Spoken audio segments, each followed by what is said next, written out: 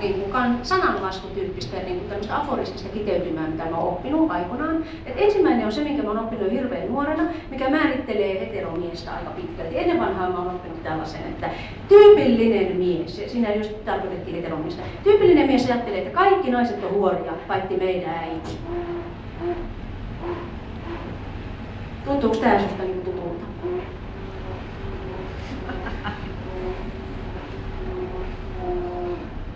Jaa. Hyvä, että tämmöisiä johdattavia kysymyksiä on. Koska se musta tää tulee mieleen, että ja tietysti niin sen voi ottaa sille, että onko se nyt paha asia vaikka hyvä asia, mutta että se on mun käsitys siitä, mitä se täällä naisista sanoo. Tässä käytetään, jos mä sanasen sanon tästä sosiaalisen vaihdon teoksesta, ne käsitellään kaikkia ihmisten välistä kanssakäymistä vaihtona. Olisi mitä tahansa. Juttelua ystävien kanssa, seksi on yksi osa sitä. Ihmiset vaihtavat erilaisia resursseja toisiinsa ja seksi kuuluu, ei se ole sen enempää prostituutiota kuin mikä tahansa muukin vaihtaminen. Prostituutio on määritelty rahalla ostamiseksi. Ne käytetään rahaa vaihdon välineenä. Kaikki muu sosiaalinen vaihto, ei se vaikka mä käsittelen sitä vaihtona, niin ei se muutu prostituutioksi sitä kautta. En mä edes puhunut prostituutiosta. Sähän puhuit täällä itsekin esimerkiksi siitä, miksi että naisilla on paljon partnereita on huono asia. Se alentaa sun niin tämän tieteellisen teoreettisen opuksen sisällä. Se, että naisilla tunnetusti on valtava määrä seksuaalipartnereita, alentaa naisen markkina-arvoa. Sen sijaan se, että mies on pelimies ja sillä on kauhean paljon partnereita, nostaa sen miehen markkina-arvoa. Mun mielestä tämä operoi tämmöisellä, ei tämä ole prostituutiota, vaan se, että jotkut on huoria, jotkut on lumppuja ja muuta tällaista. Ja kyllä nämä mun mielestä tämä tämmöinen laajempi huoran käsite on täällä aika iso juttu täällä tekstin sisällä. Se on minusta ihan fakta. No epäilemättä.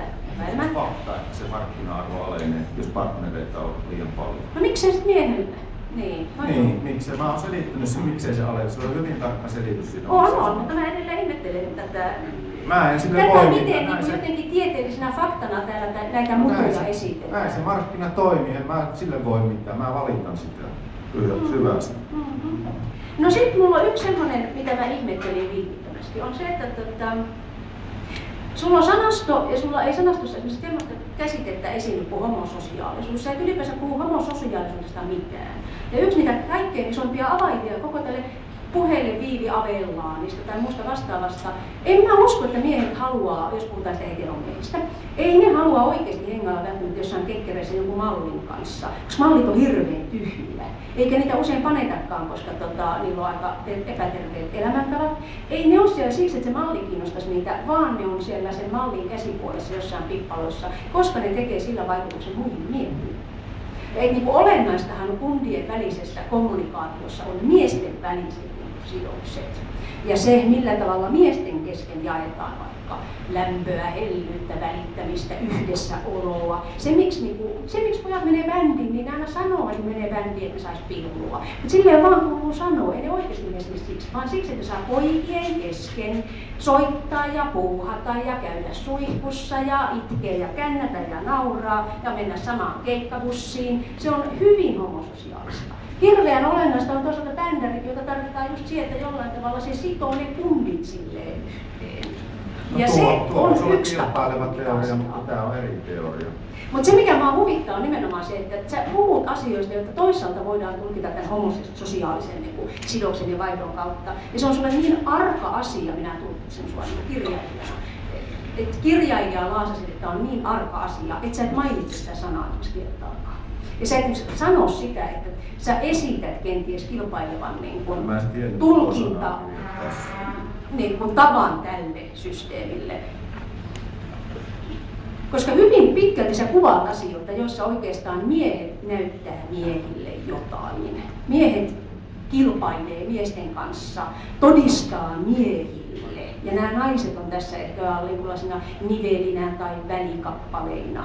Ja miksi tämä miesten välinen joku, mitä se nyt onkaan, intiimiyskilpailu? Niin, no se on toinen on teoria, että se on miesten välistä, mutta tämä teorian mukaan se enemmän se naiset on siinä se pointti ja sitten tämä on toissijasta tämä miesten välinen homososiaalisuus halutaan käyttää?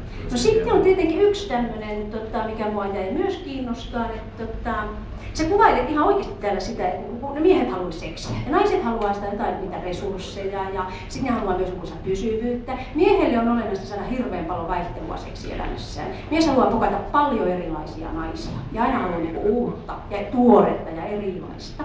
Ja nainen ei sitten niinku oikein ymmärrä tämmöisen päälle.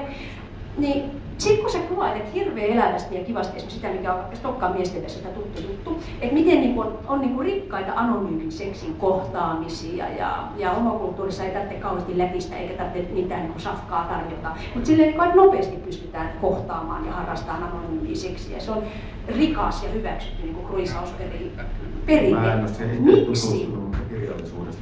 Miksi nämä heteromiehet, jotka kaipaa sitä seksiä ja vaihtelua ja niitä pikaisia, jänniä kohtaamisia, kun niistä naisista ei ole mihinkään, miksei ne heteromiehet mene enemmän sinne Stokkaan vessaan?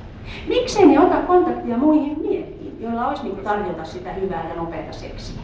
Tämä on yksi mun ihan sellainen vakava kysymys, että se voisi niin jotenkin esittää tätä vinkkinä miehille, että ei tarvitse itkeä ja ruikuttaa, kun ei niin saa seksiä. Kyllä seksiä on. Ja just semmoista, mistä miehet tykkää. Täytyy ruveta ehdottamaan, se varmaan menee ihan hypällä tuolla. Eikö ihan oikeesti? Mua ihmetytti se, että kyllä ne markkinat on ja kaikkein hassunta se, että tommonen straight looking, straight niinku acting jätkä on vielä niin hassua se onkin. Se on homojen niinku keskuudessa kauhean haluttua kamaa. Et jos nää niinku menee sinne silleen niinku tukka lyhyen ja siisten ja olen heteromies, niin siis oikeesti ne on tosi kovaa valuuttaa. Et ihan niinku